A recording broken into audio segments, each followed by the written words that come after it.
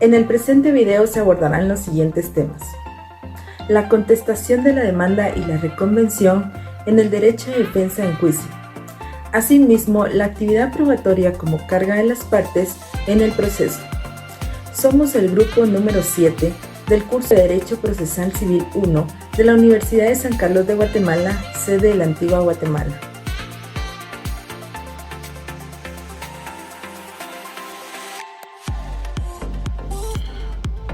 Contestación de la demanda. La contestación de la demanda es respuesta del demandado a la demanda presentada en su contra, donde puede admitir o negar los hechos y argumentos expuestos por el demandante, así como presentar las excepciones. La contestación de la demanda en juicio ordinario es un acto procesal que se realiza el demandado mediante el cual responde a los hechos invocados por el demandante, admitiéndolos o negándolos. De acuerdo con la disposición del artículo 111 del Código Procesal Civil y Mercantil, el demandado es emplazado por 9 días para que conteste la demanda. Dentro de esos 9 días, en los primeros 6 días, si lo desee, él puede interponer lo que son las excepciones previas, que se tramitarán en un solo incidente y se resolverán en un solo auto. La contestación de la demanda está sujeta a los mismos requisitos de la demanda en cuanto a sus elementos de contenido de forma y consiguiente, pues no pueden faltar los datos de relación de hechos, ofrecimiento de prueba, la exposición de derecho y petición, según lo regulado en el artículo 118 del Código Procesal Civil y Mercantil. Después de ratificada, modificada y ampliada la demanda por la parte actora, procede el derecho a la parte demandada para asumir la actitud procesal que considere procedente. Al contestar la demanda puede ser oral, escrita, puede oponerse a la misma en sentido negativo y asimismo pues interponer lo que son las excepciones perentorias si así lo desee. Y pues esta debe ser acompañada de la contestación de la demanda.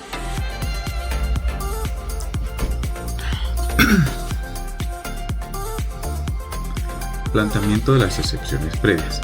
Las excepciones previas son defensas que, sin negar el fundamento de la pretensión, tratan de impedir la continuación del proceso para analizarlo momentáneamente o extinguiéndolo definitivamente. Puede ser la incompetencia, la independencia, demanda defectuosa, falta de capacidad legal, falta de personalidad, falta de personería, falta de cumplimiento en condición a la que estuviese sujeta la obligación o derecho que se haga valer, la caducidad, prescripción, cosa juzgada, transacción, excepción de arraigo.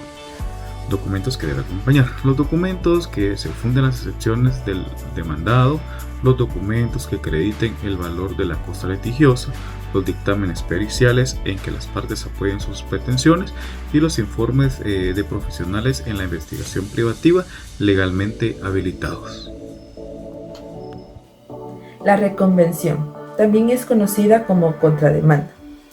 Esta es una acción procesal utilizada por el sistema judicial guatemalteco que permite que el demandado pueda presentar una demanda en contra del actor de un proceso judicial ya iniciado.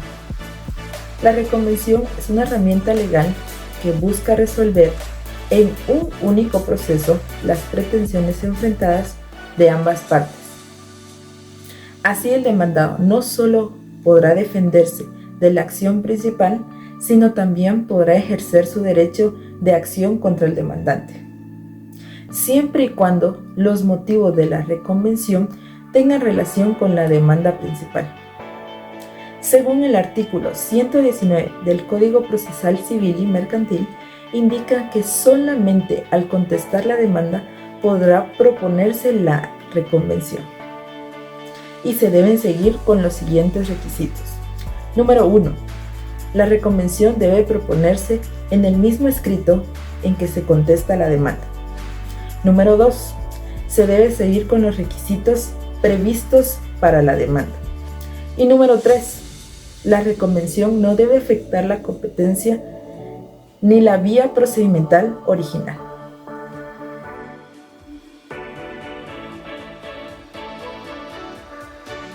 Se basa en la averiguación de la verdad mediante los medios de prueba permitidos para la ley. Permite al juez verificar si los hechos alegados han ocurrido en realidad y también permite determinar cuál es la norma del derecho que se debe aplicar para poder resolver el conflicto. En el derecho, la prueba es la demostración de la veracidad de un hecho a través de medios legales y su objetivo es acreditar al tribunal los hechos invocados por las partes para verificar si son ciertos o no. También cuentan con elementos esenciales para poder ser admitidos o rechazados. Entre los elementos podemos encontrar lo que es la sana crítica, que es una operación intelectual basada en la lógica y la experiencia, y para ser admitido el medio de prueba debe ser adecuado a su objeto. En este caso hablaremos de la importancia que tiene la segunda etapa de todo procedimiento, y esta es la etapa probatoria, o también conocida como demostrativa, cuya finalidad es que las partes ofrezcan los medios probatorios necesarios, importantes y suficientes. ¿Para qué? Para verificar los hechos afirmativos dentro de la etapa expositiva. Además, es importante mencionar que el procedimiento probatorio se lleva a través de 5 actos procesales, a través del cual se desarrolla la etapa probatoria, los cuales son 5: ofrecimiento de prueba, admisión de pruebas, la admisión de las pruebas admitibles o de pruebas, y por último, la apreciación o valoración de las pruebas admitidas. Ahora bien, otra de las características importantes de todo procedimiento probatorio es que se lleva a través de plazos y términos. Gracias. A mí me correspondió los hechos exentos de la prueba. Pues los hechos exentos de la prueba son aquellos que debido a su naturaleza o circunstancias legales no requieren ser demostrados mediante pruebas formales. Estos pueden incluir hechos admitidos, notorios, evidentes o aquellos cuya prueba es prohibida por la ley.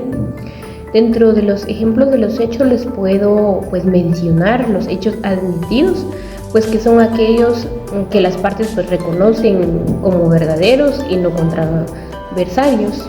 También los hechos notorios, aquellos que son de conocimiento general y común en toda la sociedad. Y también son de conocimiento público y evidente.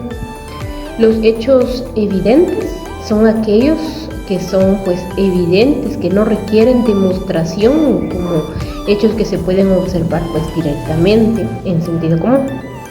También les puedo mencionar los hechos presumidos por la ley, pues son aquellos que se presumen por reglas o principios legales sin necesidad de una prueba ya directa. También les puedo mencionar los hechos cuya prueba es prohibida por la ley, pues son aquellos casos en los que la ley establece algún principio o alguna regla ya directamente establecida. El órgano de prueba en materia civil se refiere a las personas que aportan información o evidencia sobre un caso en concreto. Se le otorgan al juez para que pueda evaluar la veracidad o falsedad de los hechos controvertidos en un caso en concreto. Entre ellos podemos mencionar a los testigos, que son personas que han presenciado o tienen conocimiento sobre el hecho. Asimismo, los peritos, que son expertos en una materia y que pueden aportar en su momento una opinión técnica para evaluar la prueba. La fuente de la prueba son elementos que existen para demostrar los hechos relevantes en un proceso judicial. Entre ellos podemos mencionar los documentos, que son instrumentos o escritos públicos o privados que pueden probar la existencia de un hecho o la celebración de un contrato. También podemos mencionar la declaración de testigos, confesiones de las partes o declaración de expertos. Los peritos son profesionales que pueden emitir dictámenes sobre aspectos técnicos o científicos relacionados con el caso. Hola, Hoy les hablaré sobre la carga de la prueba en el derecho civil guatemalteco. La carga de la prueba o onus probandi es la obligación que tiene cada parte de demostrar los hechos que afirma en un juicio. Si no se prueba lo que se dice, el juez no lo tomará en cuenta. Esta carga tiene dos aspectos: la carga formal, que es presentar la prueba en el momento adecuado, y la carga material, que son las consecuencias de no probar, como perder el juicio. En Guatemala, el Código Procesal Civil y Mercantil establece en el artículo 126 que quien afirma hechos debe probarlos y quien los niega debe probar hechos impeditivos o extintivos. Además, hay excepciones donde la carga se invierte, como en presunciones legales o procesos laborales.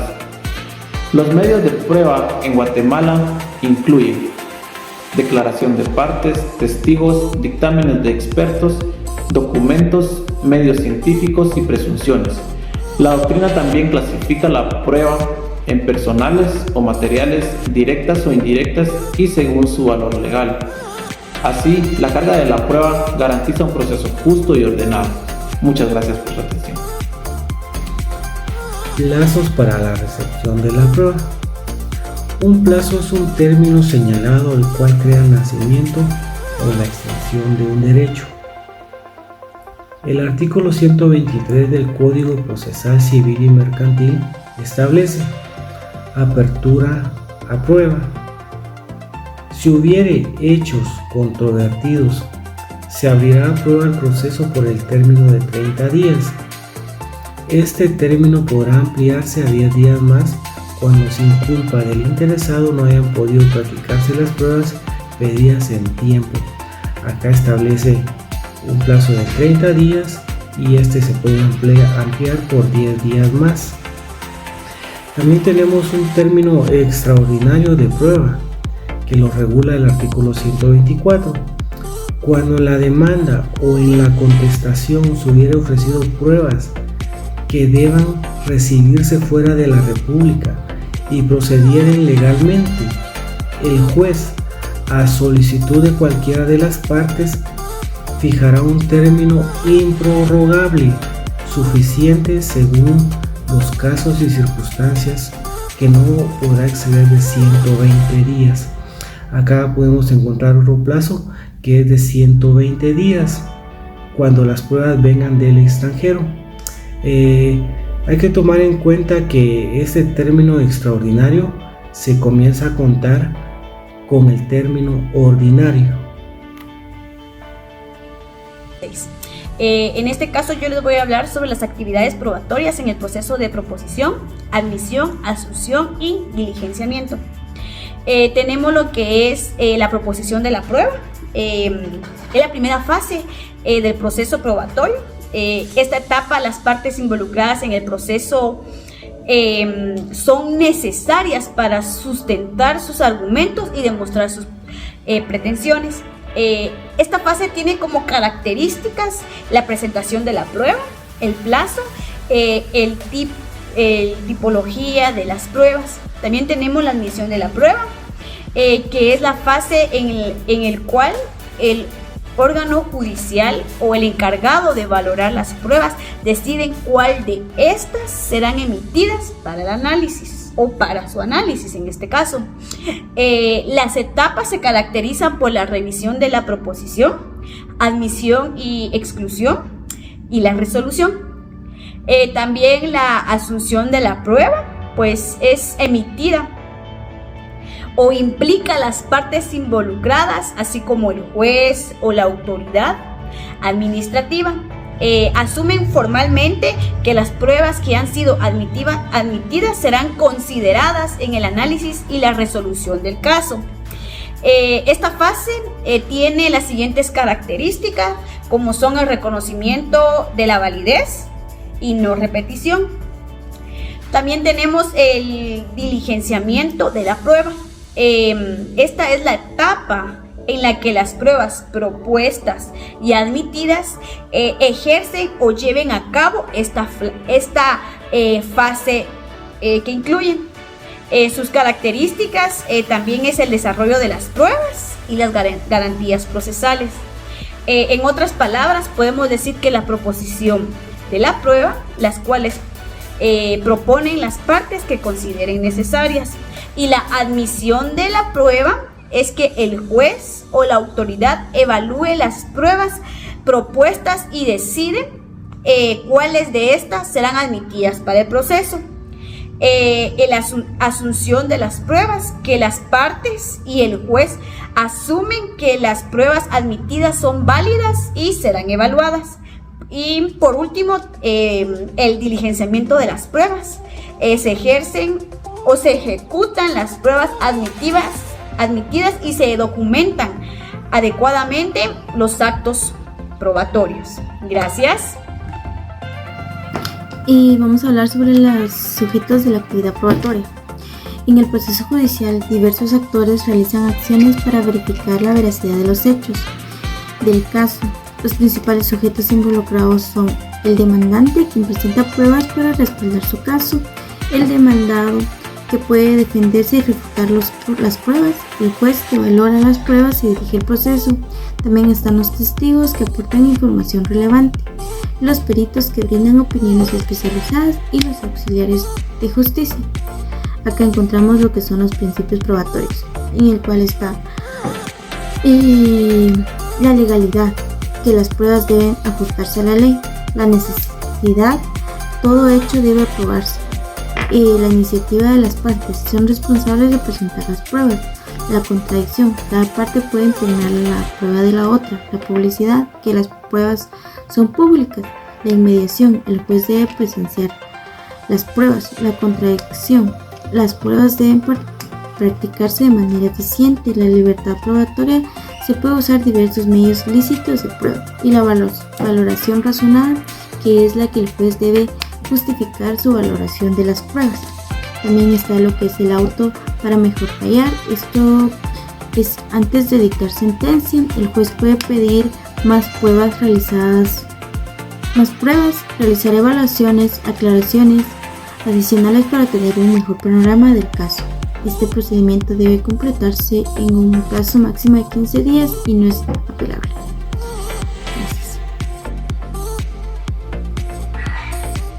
Sistemas de valoración de la prueba.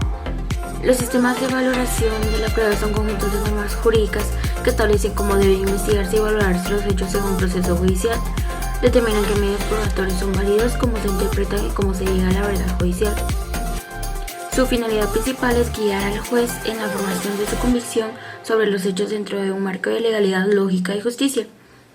Entre los principales sistemas está el sistema de prueba legal o tasada, que en este sistema la ley establece de forma rígida el valor de cada medio de prueba, eliminando la libertad de apreciación del juez. Sus características está que el legislador dicta reglas fijas sobre cuánto vale cada prueba, el juez no puede apartarse de lo que la ley establece, se basa en una desconfianza hacia el criterio judicial, tiene dos variantes, en la cual está la prueba legal positiva, en la que el juez debe aceptar un hecho como probado aunque no lo crea, y probabilidad negativa, en la que debe rechazarlo incluso si cree que ocurrió. Entre sus críticas está que esta genera decisiones automáticas, deshumaniza el proceso y limita la búsqueda de la verdad real. También está el sistema de libre valoración o zona crítica. Este es un sistema que otorga la libertad al juez para valorar la prueba, pero exige que su decisión esté basada en la lógica, la experiencia y la motivación razonada. Sus características está que este está inspirado en la lógica aristotélica, exige un razonamiento racional, coherente y argumentado. También el juez debe explicar cómo llegó a su convicción usando reglas de experiencia, lógica y sentido común, y permite la flexibilidad sin arbitrariedad. Y por último está el sistema de libre convicción, en que este sistema el juez puede formar su convicción sin seguir reglas predeterminadas, guiado únicamente por su conciencia y convicción interna. Entre sus características está que él no requiere motivación racional, el juez puede decidir incluso sin pruebas rendidas en un juicio, no está obligado a seguir la lógica ni la legalidad probatoria, y entre sus riesgos está la alta subjetividad, la posible arbitrariedad y la falta de control judicial y transparencia.